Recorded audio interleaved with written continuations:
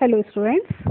In continuation of complex variable integration, today's topic is Cauchy's integral theorem. It is the integration about closed contour. In last lecture we have discussed about line integration. अब आगे के जितने भी topics होंगे सभी में हमें पढ़ना है क्लोज्ड कर्व के लिए इंटीग्रेशन. तो बहुत सिंपल टॉपिक है. चलिए स्टार्ट करते हैं proving of Cauchy's integral theorem से. तो कॉचीज इंटीग्रल थ्योरम का स्टेटमेंट पढ़ते हैं. If F Z is an analytic function and if F dash Z is continuous at each point within and on a closed contour C, then integration of fz dz for a closed contour C will be 0. Proving देखिए इसके. तो simple proving है. Green's theorem का इसमें use होगा और क्योंकि function analytic है तो CR इक्वेशंस भी हम इसमें यूज करेंगे. तो फर्स्ट स्टेप, z हमें दे रखा है x प्लस आई वाई, आपको पता है ये हम लेके चलेंगे. तो हमें इंटीग्रेशन करना है किसका, एफ जेड का. तो एफ जेड को हम क्या लिखते हैं, u plus F I V F Z. तो और डी जेड की वैल्यू क्या हो जाएगी, D X plus I D Y. यहाँ पे हमने क्या किया, रियल पार्ट और इमेजनरी पार्ट को सेपरेट कर दिया.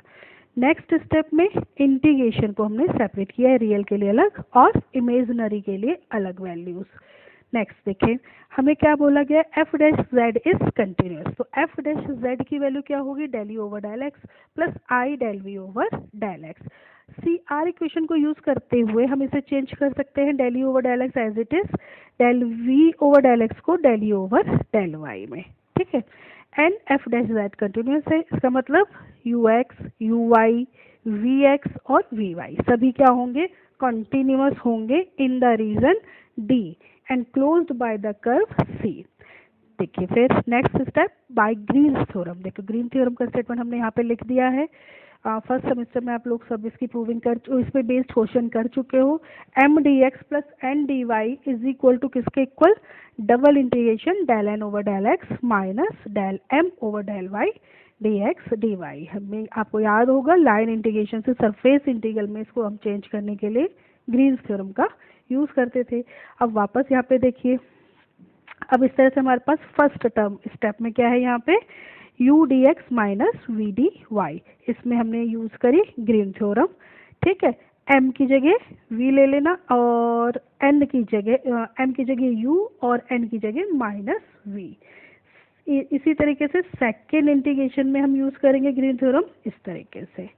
ठीक है. इंटीग्रेशन समझ में आ गया होगा किस तरह से ग्रीन थ्योरम्स को सिंगल इंटीग्रेशन से लाइन इंटीग्रेशन में हमने चेंज करा. नेक्स्ट, अब हमें कैलकुलेशन चाहिए तो इंडिपेंडेंट वेरिएबल हमने सेम किए हैं. देखिए x तो दोनों ही वैल्यूज x में है, u और v की. अगर यहाँ पे भी दोनों ही हमने इंडिपेंडेंट वेरिएबल x में चेंज किया है और चेंज करने के लिए आपके पास प्रॉपर्टी है किसकी, CR इक्वेशन की. कैलकुलेट करिए, वैल्यू क्या आई, 0. तो इससे क्या प्रूव हुआ, अगर एफ जेड एनालिटिक है तो और एफ डैश जेड कंटिन्यूअस है at each point within and on C, तो डायरेक्ट हम यहाँ पे लिखते हैं integration of F Z D Z is equal to 0. हम यहाँ पे इंटीग्रेशन शो नहीं कराएंगे, अगर क्वेश्चन होगा तो चेक कर लेंगे फंक्शन एनालिटिक हो और एफ डैश जेड कंटिन्यूअस हो. चलिए आगे कुछ प्रॉपर्टीज यहाँ पे लिखी हुई हैं, क्योंकि अब हम क्लोज्ड कंटूर के लिए या क्लोज्ड कर्व के लिए इंटीग्रेशन करने जा रहे हैं.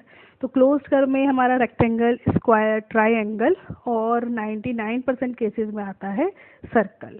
तो जनरली सर्कल की इक्वेशन आप सभी को याद है, कॉम्प्लेक्स प्लेन में थोड़ा सा सर्कल की इक्वेशन चेंज है.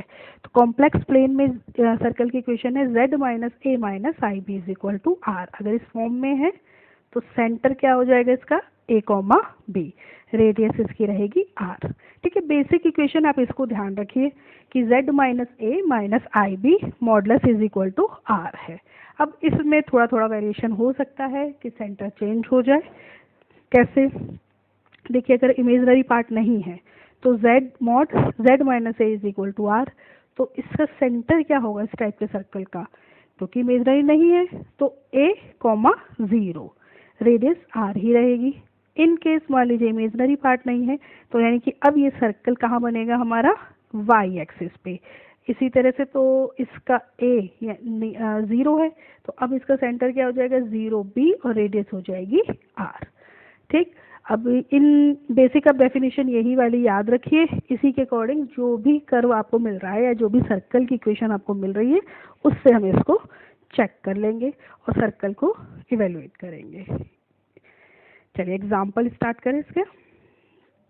फर्स्ट एग्जाम्पल है, थोड़ा सा नया कॉन्सेप्ट होगा आपके लिए कंटूर के वजह से, तो इंटीग्रेशन का तरीका वही है और अब इंटीग्रेशन करना ही नहीं है।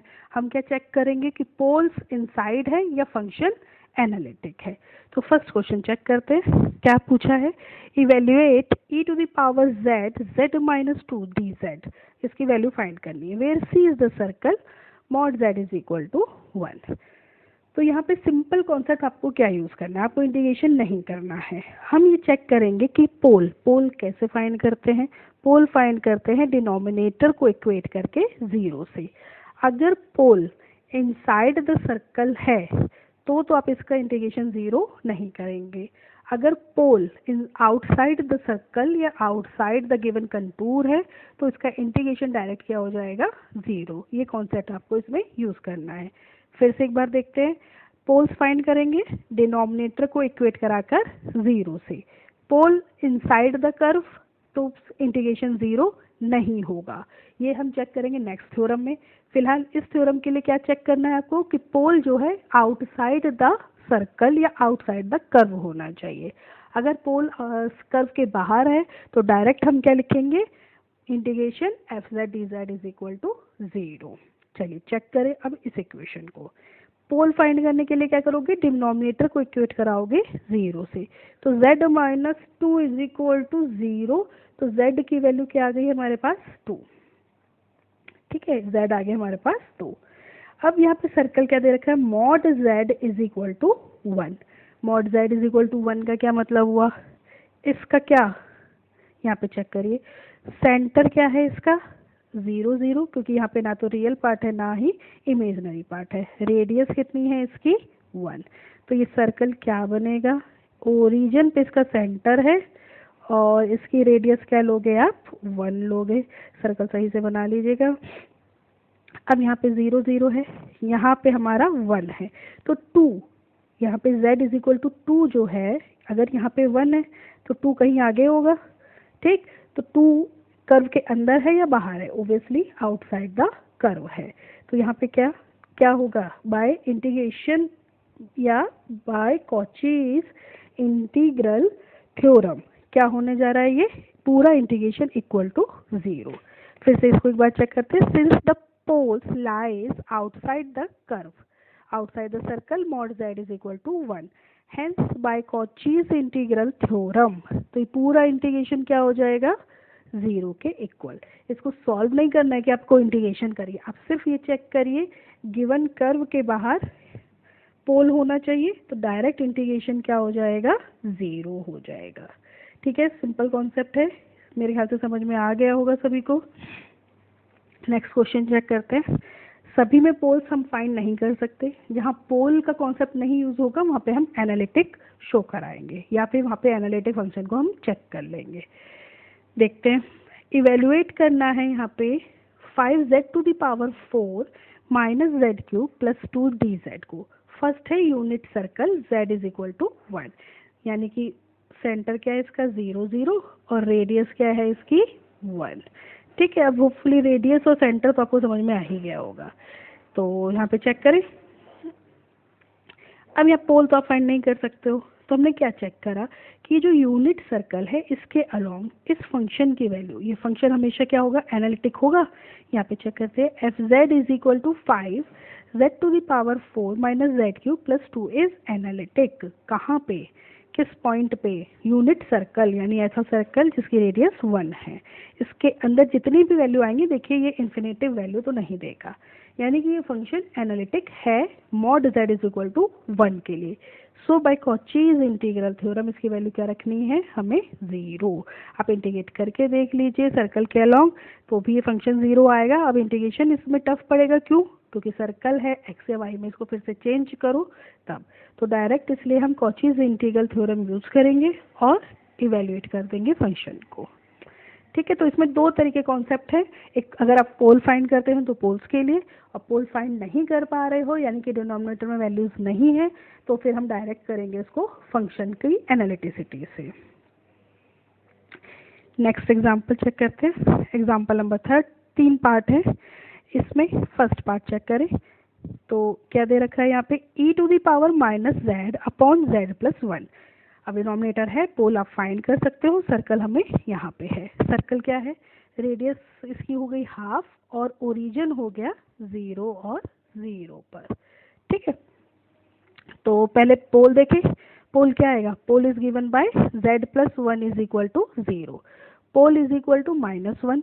इस सर्कल के तो बाहर ही होगा।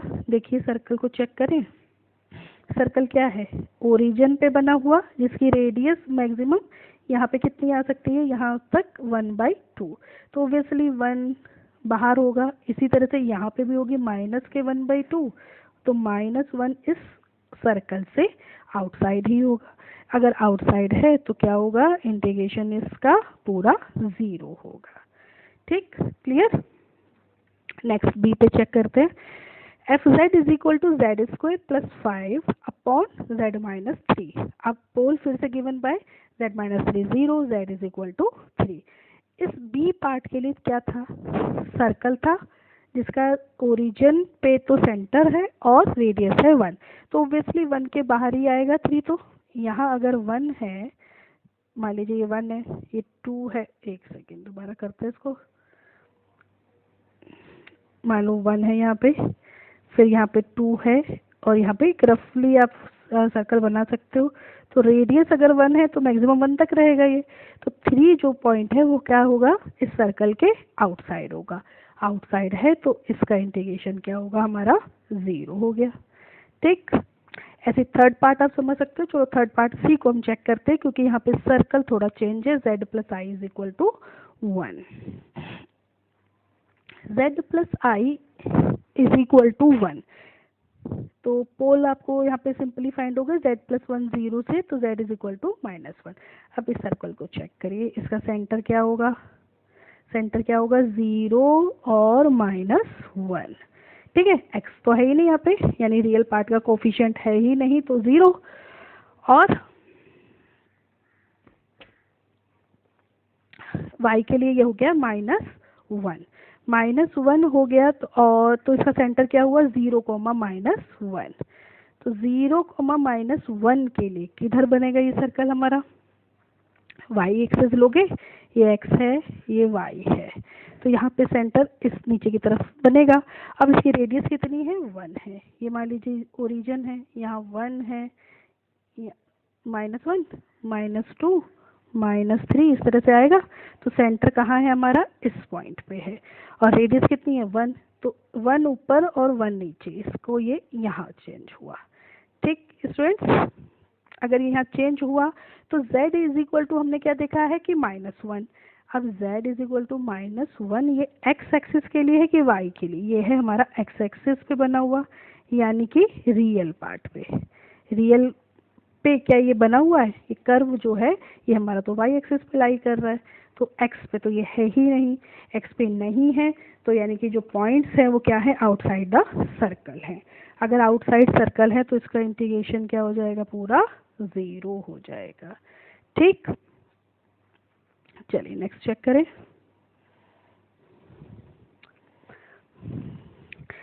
क्वेश्चन नंबर 7 है ये।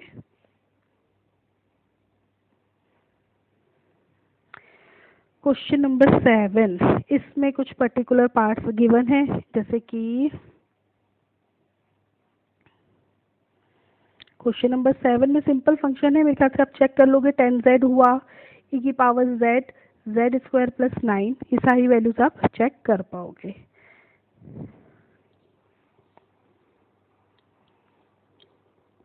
चलिए क्वेश्चन नंबर 5 चेक करें। 5 से पहले अगर एक बार आप चेंज करना चाहते हो, इसका रोटेशन थोड़ा चेंज हो गया। चलिए क्वेश्चन नंबर 8 देखिए इसको। Example number 4, can the Cauchy's integral theorem be applied for evaluating the following integral, hence evaluate these integral. तो पहला इंटीग्रल है हमारा sine E to the power sine Z square. अब हमें चेक करना है mod z is equal to 1 में ये लाई करेंगे कि नहीं करेंगे। अब यहाँ पे देख लो कि e की पावर है, एक्सपोनेंशियल हुआ, साइन कॉस हुआ, आपको पता ही एनालिटिक फंक्शन है। अगर इन्फिनेटिव नहीं दे रखा तो ये फंक्शन एनालिटिक रहेंगे ही। तो the integrand F Z is equal to e to the power sine Z square is analytic for all z। सभी z के लिए एनालिटिक है, एफ डैश जेड कंटिन्यूअस है। तो इंटीग्रल थ्योरम तो अप्लाई कर सकते हो और इसका इंटीग्रेशन क्या आएगा 0। नेक्स्ट चेक करते हैं integration of tan z dz। The integrand F Z is equal to this. अब ये एनालिटिक होंगे, किस किस पॉइंट पे नहीं होंगे, जहाँ जहाँ tan इन्फिनेटिव हो जाता है उनको छोड़ दीजिए। तो वो पॉइंट कौन से हुए, π/2, 3π/2 and other points. All these points lie inside outside C. C हमें क्या दे रखा है 1, यानी कि इसकी रेडियस क्या होगी 1। अगर π/2 मिनिमम की भी बात करोगे तो π/2 की वैल्यू क्या होती है 22/7, यानी कि 3.14। 3.14 जो वैल्यू है वो 1 से तो बाहर ही रहेगी, इसकी वैल्यू क्या आएगी 3.14/2। ठीक, π/2 की अगर बात करो तो ये जो सर्कल बनेगा ये 1 के बाहर, यहाँ अगर 1 है तो ये तो बाहर ही रहेगा। अगर बाहर रहेगा तो यहाँ पे क्या होगा, कॉचीज इंटीग्रल थ्योरम से tan z integration of tan z dz हो जाएगा हमारा 0 के इक्वल। ठीक, चलिए नेक्स्ट भी देख लेते हैं 8। यहाँ पे हमें क्या दे रखा था, यहाँ पे चेक कर लें पहले। इसका सर्कल हमें दे रखा है mod z is equal to 2, यानी कि रेडियस जो है इसकी 2 है, ओरिजिन इसका 0 है, यानी कि कर्व जो है वो लास्ट पॉइंट उसका कहाँ पे होगा 2 पे। अगर पोल 2 से ज़्यादा है तो ये लाई नहीं करेगा। पोल इसके अकॉर्डिंग चेक करो जरा, z² + 9, z² + 9 is equal to 0 रखोगे। 0 रखोगे तो z की वैल्यू क्या आने वाली है, ये वैल्यू आएगी हमारी ±3i। ठीक, यहाँ पे हमें mod z is equal to 2 given है, तो चेक करें 3i का क्या मतलब, ये 2, यहाँ मान लीजिए 1 था, ये था 2 और ±3i, यानी कि इस पॉइंट से तो ये बाहर ही होगा। यहाँ पे हम वैल्यूज चेक करें तो ये इसके बाहर, outside the pole, outside the curve, तो ये क्या हो गया इंटीग्रेशन 0। अब चाहो तो यहाँ पे y की वैल्यू आप फाइंड करना। ठीक, ये वैल्यू कितनी है, रेडियस हमें दे रखी है 2, यहाँ से 2, इस पॉइंट की वैल्यू क्या आएगी 2 ही आएगी। तो ±3i, यानी कि प्लस में 3 y एक्सिस पर और माइनस में 3 y एक्सिस पर। y एक्सिस पे ये दोनों ही पॉइंट दोनों ही तरफ से आउटसाइड द कर्व हैं। तो integration theorem, Cauchy's integral theorem के अकॉर्डिंग ये इसका इंटीग्रेशन भी हो गया 0 के। तो ये थे इसके बेसिक क्वेश्चन। नेक्स्ट क्वेश्चन में हमें प्रूविंग करनी है। पेपर के अकॉर्डिंग ये वाले इस टाइप के क्वेश्चन ज़्यादा इंपॉर्टेंट है। तो करना क्या है, कंटूर इंटीग्रेशन में कॉचीज इंटीग्रल थ्योरम को आपको प्रूव करना है। अब आपको शो नहीं करना है कि डायरेक्ट 0 है, हर लाइन के अकॉर्डिंग आप इंटीग्रेशन करोगे, जैसे हम लाइन इंटीग्रेशन में करते थे, सारी लाइंस को ऐड करोगे, इंटीग्रेशन क्या आना चाहिए 0, तब हम कहेंगे कि कॉचीज इंटीग्रल थ्योरम वेरीफाइड है। तो यहाँ पहला फंक्शन है e to the power i z along the boundary of the triangle with vertices 1 + i। 1 + i का क्या मतलब हुआ 1, 1। -1i का क्या मतलब हुआ सेकेंड का -1 और 1। थर्ड का मतलब क्या हुआ -1 एंड -1। ये 3 कोऑर्डिनेट हमें गिवन है। इन 3 कोऑर्डिनेट्स के अकॉर्डिंग हमने यहाँ पे फिगर बना लिया। ठीक, तो अब e की पावर i z 3 लाइंस में डिवाइड है, 3 लाइन के अकॉर्डिंग हमें इसका इंटीग्रेशन करना है। तो तीनों लाइन को, एक को C1 ले लिया, एक को C2 ले लिया, एक को C3 ले लिया। ठीक है, कॉन्सेप्ट आपको आ चुका है लीनियर लाइन इंटीग्रेशन के लिए। सेम वही यूज करने जा रहे हैं हम, जैसे कि along the line C1। C1 हमारा यहाँ पे है A और B, ये C1 है। C1 के अकॉर्डिंग चेक करें, y क्या है यहाँ पे 1, z क्या होता है x + iy, तो dz हो गया dx। अब E to the power I Z, Z की वैल्यू रखोगे X plus I Y, Y है 1। इंटीग्रेशन पूरे को हमने चेंज कर लिया एक्स में, एक्स में इंटीग्रेट और लिमिट क्या हुई एक्स की 1 to -1, इंटीग्रेट किया इक्वेशन नंबर 2। ऐसे C2 के अलोंग लेंगे, C2 हमारा क्या हुआ D और E, यहाँ पे C2 चल रहा है, इसको चेक करो, Z होता है x plus I Y, C2 के अलोंग x की वैल्यू है -1, इस पूरे को हमने चेंज किया है y में, ठीक, y में चेंज किया, इंटीग्रेशन किया, y की लिमिट है 1 से -1, वैल्यू आई ये। ऐसे C3 के along x is equal to Y है, तो z क्या बन जाएगा, x प्लस आई वाई होता है, तो x की जगह रखो y या y की जगह रख दो x, हमने पूरे को x में चेंज किया हुआ है। फिर से x z की जगह सारी वैल्यूज x में इंटीग्रेशन किया, सारे कर्व्स को हमने ऐड कर दिया, यानी तीनों लाइन या C1 C2 C3 कर्व तीनों को ऐड किया, वैल्यू क्या आई 0।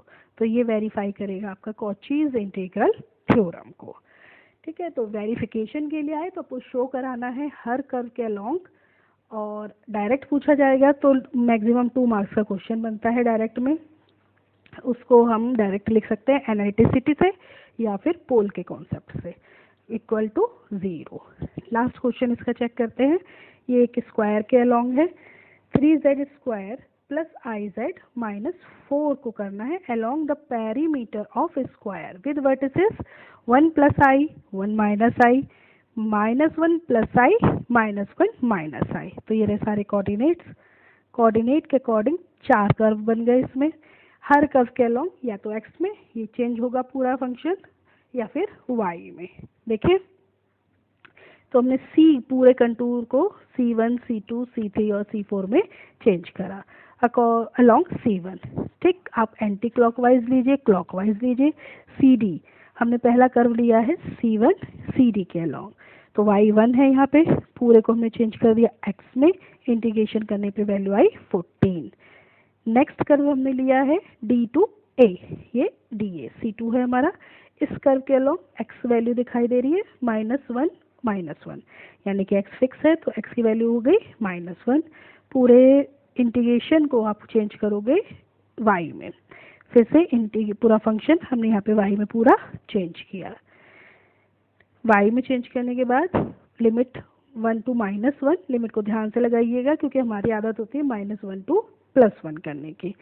ये सॉल्व किया इसको, नेक्स्ट लाइन है हमारी AB, इसके अकॉर्डिंग y है हमारा -1, फिर पूरे कर्व को हमने x में ही चेंज किया, वैल्यू आई -14। लास्ट कर्व C4 BC के अलोंग x है 1, यानी कि पूरा z dz सब चीज़ में चेंज होगा y में, फंक्शन को पूरा y में चेंज किया, y में चेंज करने के बाद लास्ट वैल्यू आई हमारी 2 - 4 आई। सारे कर्व्स के अकॉर्डिंगली आप ऐड कर दीजिए, वैल्यू क्या आनी चाहिए 0।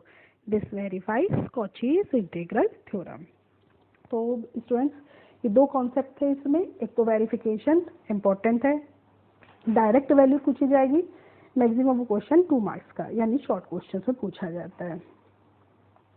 तो नेक्स्ट इसकी P पे बेस्ड आज आप कॉन्सेप्ट इसका क्लियर कर लीजिए कि पोल्स आपको समझ में आए, और पोल सर्कल के अंदर है या कर्व के अंदर है या नहीं है, ये चीज़ आपको समझ में आनी चाहिए। उसके लिए इसको 1-2 बार पढ़िए, PDF कहीं से अरेंज करते हैं इसका, वो आप थोड़ा थोरोली डिस्कस करिए, थोड़ा रीड करिए उसको, और ये सिर्फ इसी कॉन्सेप्ट में अब आगे के जितने भी टॉपिक्स हैं सब बेस्ड हैं। नेक्स्ट हमारा टॉपिक होगा कॉचीज इंटीग्रल फॉर्मूला। तो तब तक आप इस क्वेश्चंस की इतने एग्जांपल्स की प्रैक्टिस करिए, ये कॉन्सेप्ट क्लियर हुआ तो वो भी क्लियर हो जाएगा। Thank you students.